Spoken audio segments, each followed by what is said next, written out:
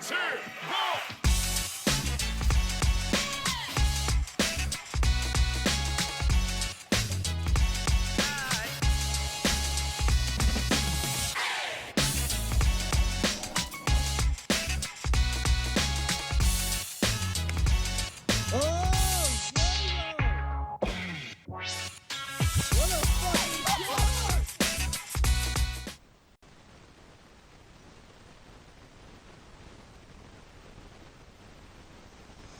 Very frustrating week. Hi everybody. Very frustrating week.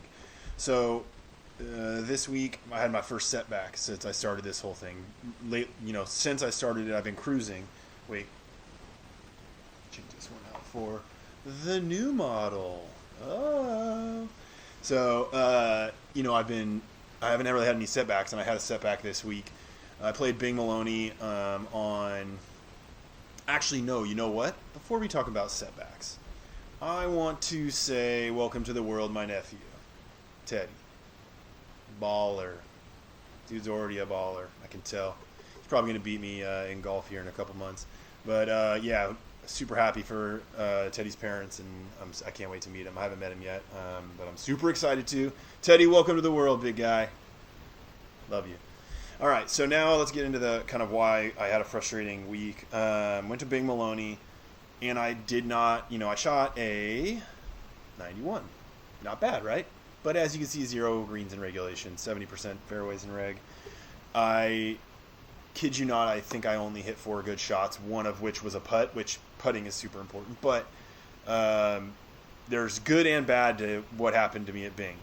Good is my first setback, and I still hit a 91, which is actually a pretty good score. I had a couple lip outs, probably out 3 or 4 in putting that probably could have changed my score into the high 80s, which is not bad at all. So let's look at it that way. Also, it was a test of my mental game and where I'm at mentally. And the interesting thing is, early on, I started trying to make some kind of like excuses. I was like, oh, this is the first time I've played with a broken toe. Come on, man. This is, then I was like, oh, my wrist was kind of hurting, right? Come on, man. Don't make excuses if you want to play golf. If you're going to play. Enjoy it. Have a good time. Don't make excuses for your bad score or if you have a bad day. It happens, right? It's just a setback, and you just have to refocus. A good example of this is just look at the 2008 U.S. Open, and this man, Tiger Woods, played with a broken knee and won. Crazy, right? I mean, if he can play with a broken knee and win, and again, he's Tiger Woods, so he's one of the greatest golfers of all time, but maybe don't take yourself so seriously. Also, don't make excuses. And if you're going to make excuses, just don't even play. It's not even worth it. So, kind of back to the Bing thing. Again, only 4 really good shots, but it's okay. I had a setback, and so then I just kind of had to refocus, which I did, and I played Lamb Park on Thursday. Wait, yes, that's yesterday. Oh, hold on. I got to get a beer. I'll be right back. Hold, please. Oh, no. It is Friday after all, so, all right, so, Bing, I played Lamb Park yesterday, and I started playing really well. I actually ended up having to leave, but I kind of refocused myself. I kind of refocused and kind of took back down to my swing, just turning my hands over, and I was focusing on that. I think what happened to Bing, I was so focused on my driver, and I was so concerned with how I was going to hit my driver that I just let everything else slide. And in addition to that, I actually went in with really high expectations. I was like, I'm going to smash my driver and I'm just going to smoke everybody. I think having confidence is good, but having expectations of how your round is going to go sets you up kind of for failure, because you're not focused on your game. You're just focused on the expectations and meeting those expectations, right? So instead of having expectations, go in confidently, but just kind of let it free fall, because everybody knows this. It's a golfer. You could play your best golf one day and then your worst golf the next day. It's a super inconsistent sport, even if you don't feel like you changed anything, right? So, but it was kind of cool that I had my first setback, and the interesting thing about this is, 33 putts, right? I looked this up, and the record for the least amount of putts on a PGA Tour event is 25. So last episode I said you're only going to hit your driver a max 14 times, but everybody practices their driver. People don't just go and say, like, you know what, I'm going to go to the range or I'm going to go to the course and just putt. Everybody's like, I'm going to go hit the range. And the majority of the time, they're probably hitting their driver. 25 putts is the record for the least amount of putts in a PGA Tour event. 25. It's almost double the amount of drives that person had, right?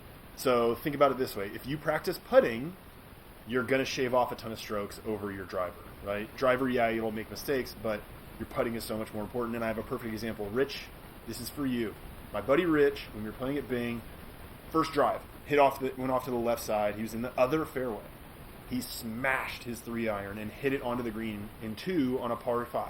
Rich never practices putting, and it bugs the crap out of me. Literally bugs me. Actually, you know what? I have something for Rich. I have this for Rich. Because you never practice putting. Teddy is flipping you off because you never practice putting.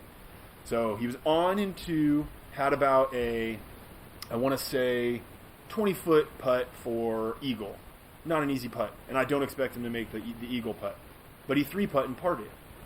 If that was me, I'm minimum birdieing. Minimum. Because I only 2-putt. Right? Practice putting, people. It's way more important. And the last thing I kind of wanted to bring up was, if you're, 2 more things actually. If you're learning, learn backwards. Putt, chip, short irons, long irons, 3-wood, driver. Learn backwards. Because that's the